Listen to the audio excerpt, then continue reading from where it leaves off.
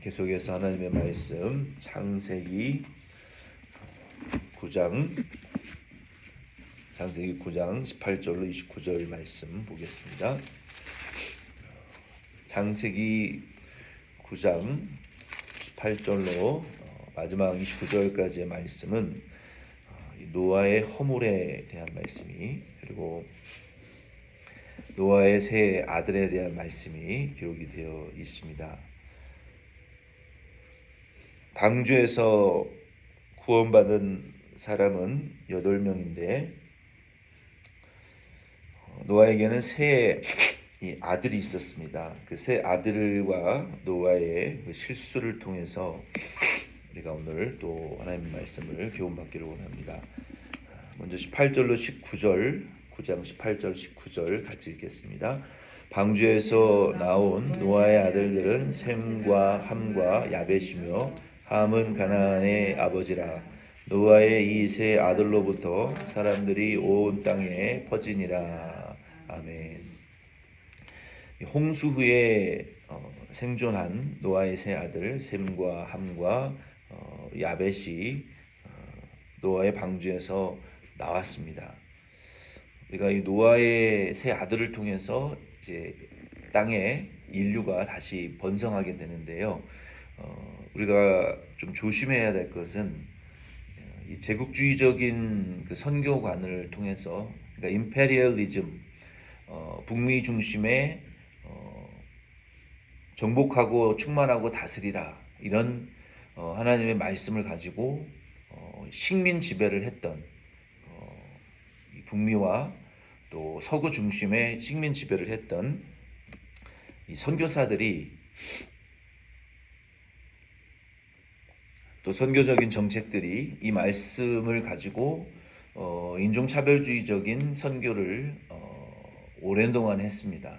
그래서 이 북미 지역 사람들은 은정적으로 우월하고 이스라엘 백성이 우리가 선택받은 백성이라고 교만했던 것처럼 이런 인종차별주의적인 이 북미 중심의 우월주의적인 선교 정책으로 오랜 기간 동안 선교를 했어요. 그러나 많은 이 국가들이 그러한 것들이 잘못됐다라는 것을 주장했고, 그리고 이 노아의 세 아들이 어떤 인종적인 차별을 인류에게 주었다라고 우리가 성경을 해석하는 것은 사실은 하나님의 원래 목적이 아닌 것 같아요. 왜? 하나님은 우리가 인종적으로 차별하고 우월하고 열등한 그런 그 관계로 이 세상을 살아가기를 성경에 보면은 원치를 않아요. 우리가 그리스도 예수 안에서 우리가 한 형제요, 또 한 자매요, 그 안에 복음을 통해서 우리에게 주시는 그 구원의 은혜는 인종적인 차별이 없습니다.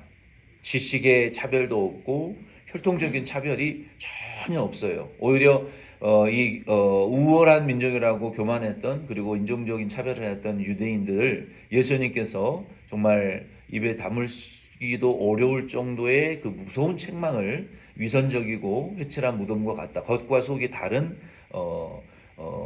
그 유대인들을 향해서 얼마나 예수님께서 호된 책망을 복음서에 보면 하셨습니까? 그래서 예수님이 더 핍박을 받으셨지만, 그래서 여기 우리가 그것을 좀 염두를 해두고 우리가 이 성경을 좀 바라봐야 될 필요가 있습니다.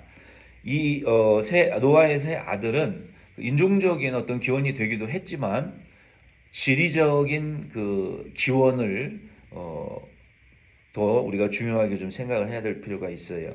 먼저 첫 번째 등장하는 이 셈은, 그 셈의 이름의 의미는 이름이 있다, 그러니까 이름이 있다, 그런 의미가 있고, 그 다음에 명성, 이런 의미가 있어요. 그러니까 셈이라는 것은 어떤 유의미한 의미가 있는 이름이고, 그리고 명성이 있는 그런 의미로서 창세기 9장 21절 27절 말씀에 보면은 노아의 그 벌거벗은, 포도주를 먹고 벌거벗은 그 수치의 사건이 있을 때 이 셈은 충성됐어요. 충성돼서 부모님에 대한 충성을 지켰고, 그리고 그로 인하여서 9장 27절에 보면 하나님께서 노아를 통해서 참된 예배가 그 셈의 민족을 통해서 일어나게 될 것이고, 그리고 그 후손들 가운데에서도 하나님을 예배하는 자들, 하나님을 섬기고 예배하고 경배하는 일에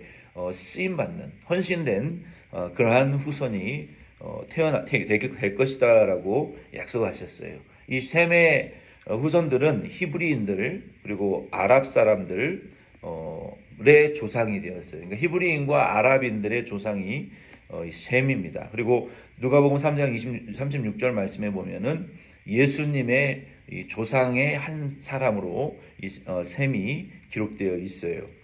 두 번째 함은 둘째 아들입니다.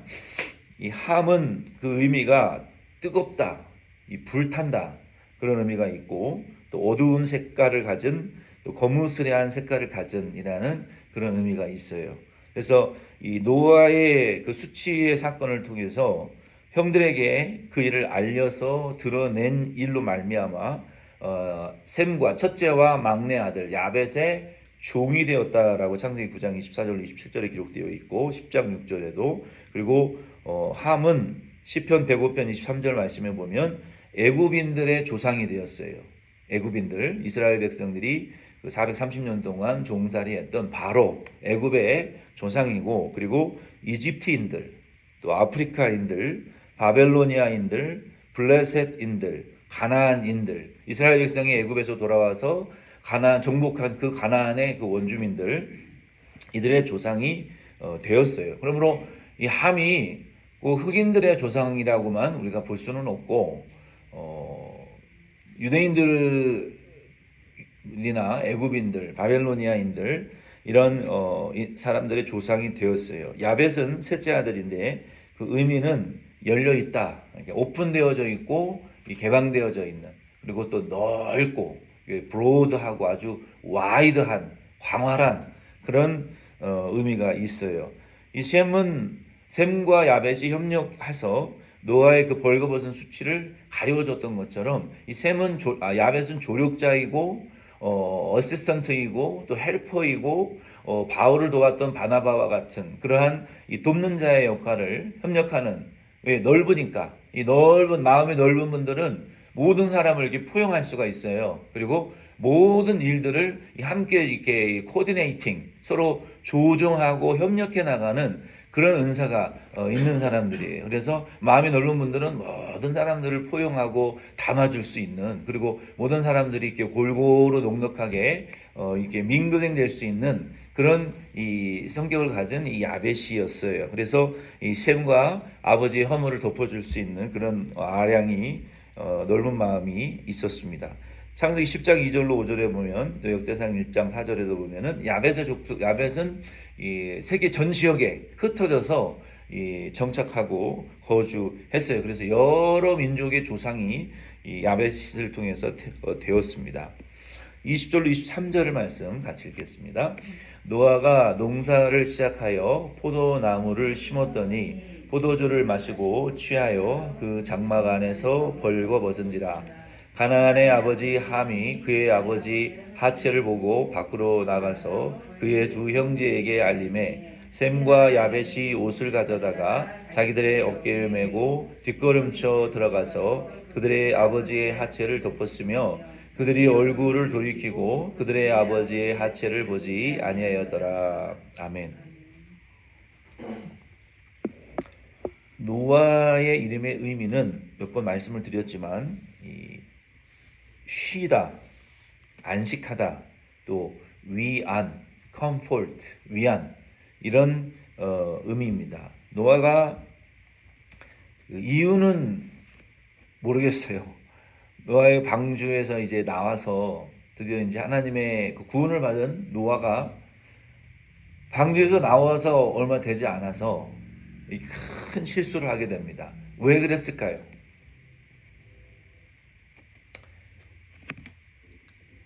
하와도 혼자 있다가 죄를 지었고 다윗도 혼자 있을 때 죄를 지었어요. 노아도 방심하고 이 정도면 됐다. 내가 이제 이 정도 했으니까 좀 편하게 살아도 되겠지. 말씀 없이 살아도 되겠지. 사명 없이 살아도 되겠지. 이 정도 내가 고생했으니까 이제는 된 것 같으니까 이제는 됐다. 안심이다. 이제 적당히 믿음 생활해도 되겠지. 자기 사명을 잊어버리는 순간에 실수하는 거예요. 노아가 어떤 사람입니까? 홍수의 심판을 이겨내고 구원받은 하나님의 약속을 받은 선지자예요.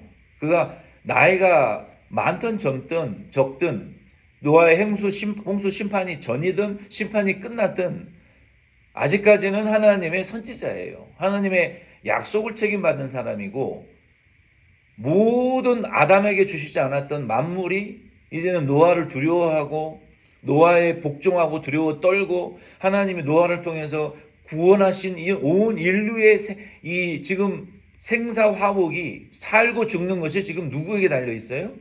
노아에게 달려 있단 말이에요. 노아가 지금 이 전권을 하나님에게 위임을 받은 선지자인데 잠깐 정신이 나갔어요. 노아가 잠깐 방심했단 말이에요. 잠깐 내가 이 정도 했으면 방주도 지어서 하나님의 약속도 이루었고 온 인류를 심판하시는 가운데 우리 가족 8식구만 살아남았으니까 내가 얼마나 위대한 일을 한 사람이냐. 이 정도 했으면 나도 이제 사명도 좀 내려놓고 쉴 때도 됐고 주의 일에 이제 적당히 해도 될 때가 오지 않았느냐라고 방심했던 것 같아요. 우리가 언제 타락합니까? 언제 대적하고 언제 하나님 원망하고 언제 말씀 어기고 언제 우리가 시험에 빠지냐 말이에요. 방심할 때 빠지는 거예요. 사명 내려놓는 순간, 사명 떠나는 순간, 사명을 이제 적당히 하려고 하는 그 순간에 죄에 빠지기. 사탄은 그 유명한 작가의 책에 보면은 사탄끼리 주고받는 대화가 있대요. 이런 대화를 주고받는데요. 야, 너 저기 이 사람을 우리가 어떻게 타락시킬 수 있겠냐? 어떻게 타락시킬 수 있겠냐? 어떤 귀신이 그렇게 얘기를 한대요. 야, 이 교회에 고난을 좀 줘볼까? 이 성도에게 좀 고난을 좀 줘볼까? 그랬더니 아주 지혜롭고 간교한 사탄이 이렇게 얘기하는 거예요. 야, 교회는 고난을 주면 큰일 나. 성도는 고난을 주면 큰일 나. 은혜 받은 성도일수록 고난을 주면 절대로 안 돼. 왜? 내가 오랜 세월 동안 고난을 줘봤거든. 그런데 고난을 주니까 교회와 성도들이 오히려 더 기도하고 오히려 더 하나님 더 의지하고 오히려 더 깨어있더라. 고난은 안 돼. 그럼 뭘 줘야 되냐? 행복을 주고 성공을 줘라. 그러면 그들이 방심해서 죄를 짓는다. 그것이 최고의 방법이라는 거예요. 유명한 고대 작가가 쓴 그 이야기예요. 우리가 언제 하나님 앞에 죄를 짓습니까? 이 정도면 됐지. 내가 이 정도 순종했으면 됐지. 이제 더 이상은 못하겠다. 이제 좀 쉴 때가 되지 않았어? 그때 타락하는 거예요. 하와도 언제 타락했어요?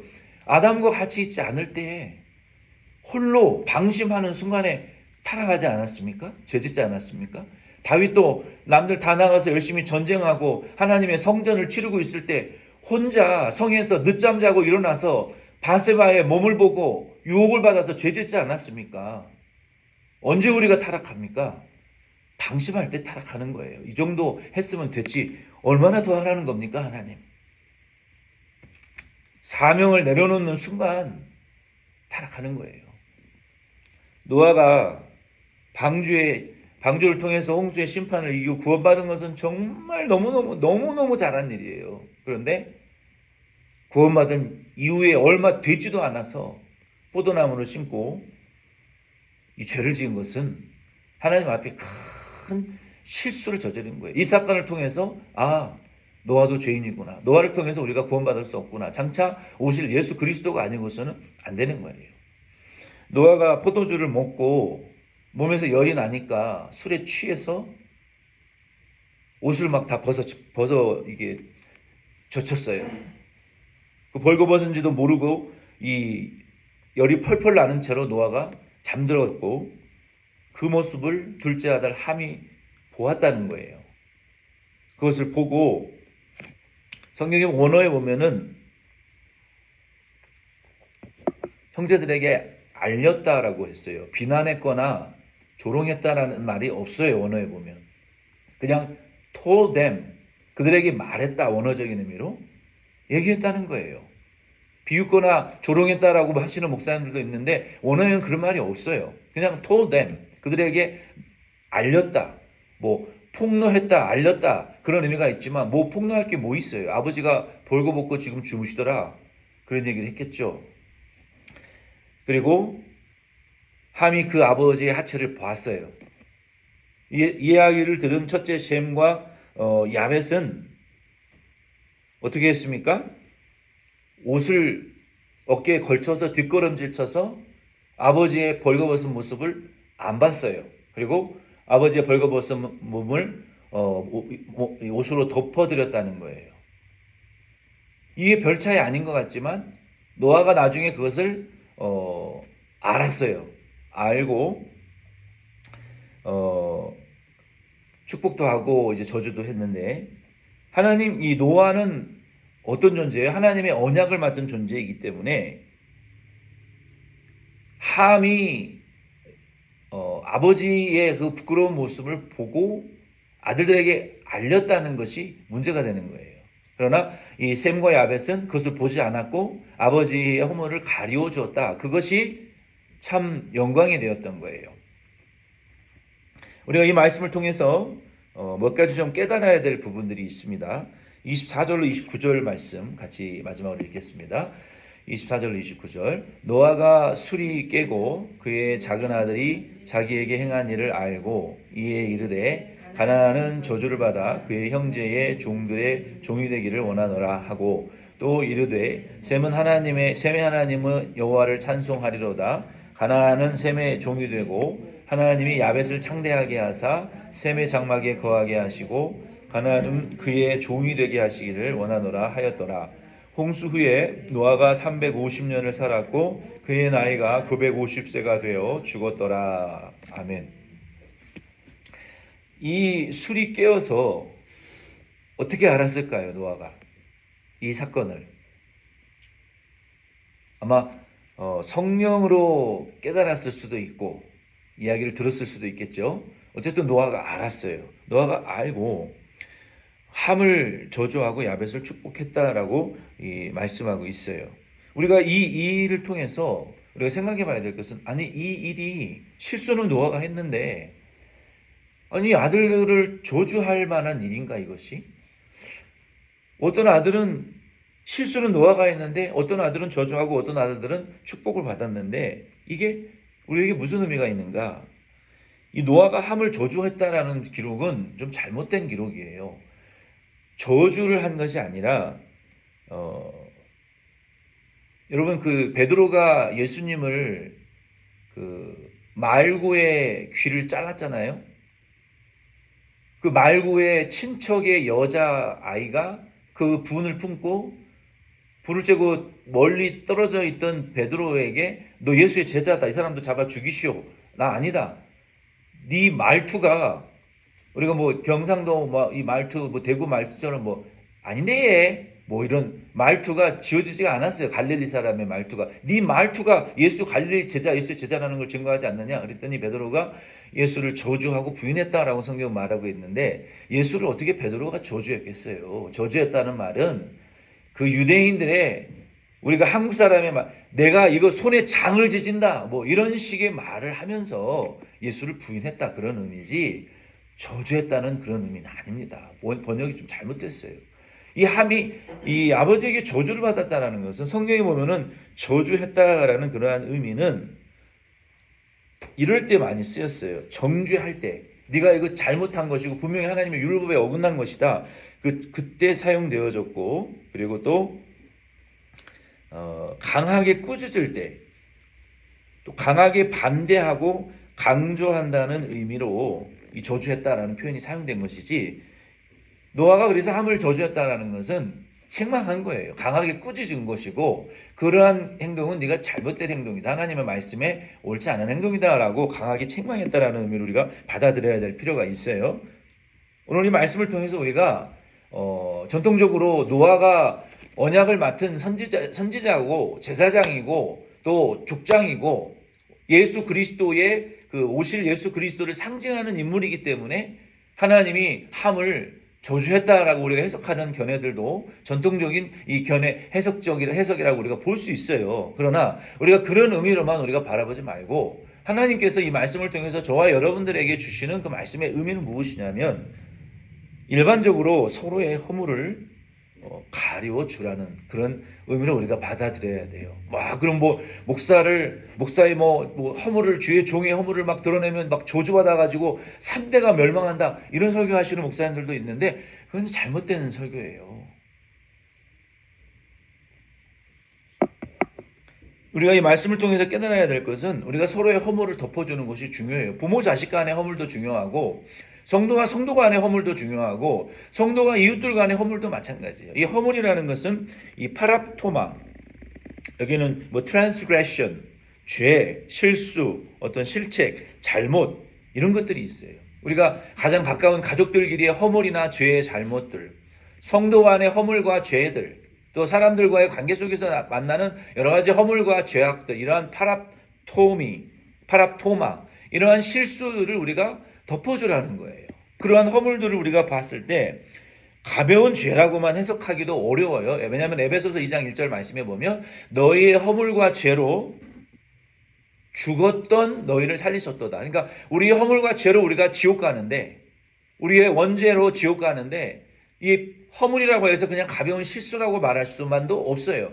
우리의 죄나 가볍던 무겁던 크든 작든 실수와 허물들을 덮어주는 사람이 복되다라고 성경은 말하고 있어요. 그래서 저와 여러분들은 서로의 허물을 덮어주는 것은 내 안에 지금 사랑이 넘쳐 흐르고 있다라는 증거이고, 그리고 내가 다른 사람의 허물과 죄를 덮어주는 그 행동이 사람의 영광이라는 거예요. 우리가 사람을 볼 때 저 사람은 참 존귀하고 참 가치가 있는 사람이라고 느껴지는 이유가 뭡니까? 나의 실수와 허물을, 죄를 덮어주는 사람이 있으면 그 사람을 바라볼 때 속으로 존경하고 위대하게 보이잖아요.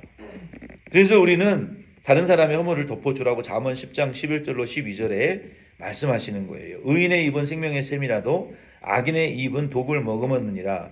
미움은 다툼을 일으켜도 사랑은 모든 허물을 가리느니라 라고 말했어요. 그러니까 우리가 남의 허물을 덮어줄 수 있는 것은 그 안에 사랑이 있기 때문에 그래요. 대부분의 경우 부부관계에서도 허물을 덮어주는 사람은 이 아내인 경우가 많아요. 남자들은 좀 사랑이 좀 부족한 것 같아요.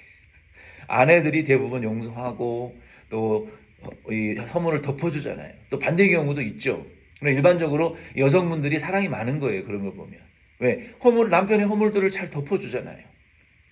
그리고 잠언 17장 9절 말씀에 보면은 허물을 덮어주는 자는 사랑을 구하는 자요. 그것을 거듭 말하는 자는 친한 벗을 이간하는 자니라. 남의 허물을 자꾸 말하지 않는 우리 성도님들 되시기를 바랍니다. 덮어주세요. 19장 11절에도 보면은 노하기를 더디하는 것이 사람의 슬기요 허물을 용서하는 것이 자기의 영광이니라. 그러니까 어떤 분들은 다른 사람을 험담하기를 좋아하는 분들이 있는데 그거는 슬기로운 게 아니라는 거예요. 오히려 그 사람의 허물을 덮어주는 것이 슬기로운 것이고 지혜로운 것이다 라고 성경은 말하고 있어요. 예수님께서도 우리의 허물 때문에 이사야서 53장 5절 말씀해 보면 그가 찔림은 우리의 허물 때문이라고. 예수님이 십자가에서 찔린 것은 창과 칼에 가시면류관에 찔린 이유는 내 허물 때문에 찔리셨기 때문에 우리도 허물을 덮어줘야 된다는 거예요.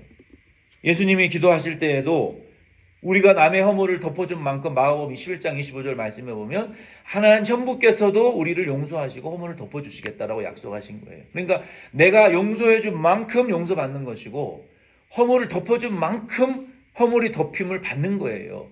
용서 안 해주면 하나님도 용서 안 해주고 남의 허물을 안 덮어주면 하나님도 내 허물을 안 덮어주고 눈을 똑바로 부릅뜨고 우리를 정죄하시겠다는 거예요. 하나님은. 그래서 용서하고 덮어줘야 되는 거예요. 로마서 8장 26절 말씀에도 보면 성령이 우리의 허물을 지금 붙들고 말할 수 없는 탄식으로 우리를 위하여 지금 기도하고 계신다는 거예요. 그러니까 자기 이거를 바라봐야 돼요. 내 안에 있는 허물이 많이 있는데 들보와 같이 기둥과 같이 허물이 많이 있는데 그것을 위해서 누가 나를 덮어주고 기도해주고 있냐면 성령이 지금 나를 그 허물을 붙들고 하나님 제발 이 아들과 딸의 허물을 용서해달라고 지금 기도하고 있는 걸 우리가 아셔야 돼요. 그리고 예수님께서도 히브리서 4장 15절 말씀해 보면 우리의 연약을 지금 붙들고 하나님 제발 이 성도의 연약을 용서해 달라고 지금 붙들고 기도하고 있는 것을 아셔야 돼요. 우리가 그것을 알면 남의 허물을 용서해 주고 덮어줄 수밖에 없어요. 그래서 오늘 이 말씀을 통해서 저와 여러분들은 함과 같이 하지 마시고 셈과 야벳과 같이 우리가 그 대상이 부모가 됐든 육신의 부모가 됐든 영적인 부모와 같은 목회자의 또 사모의 허물이 됐든 우리의 가족이나 이웃이 됐든 영적 우리의 가족과 같은 성도들의 허물과 이웃이 됐든 믿지 않는 이웃의 허물과 죄가 됐든 우리는 폭로하지 마시고 가려주시고 덮어주시고 그 덮어주는 것이 내 영광이고 덮어주는 것이 지혜고 덮어주는 것이 사랑이에요.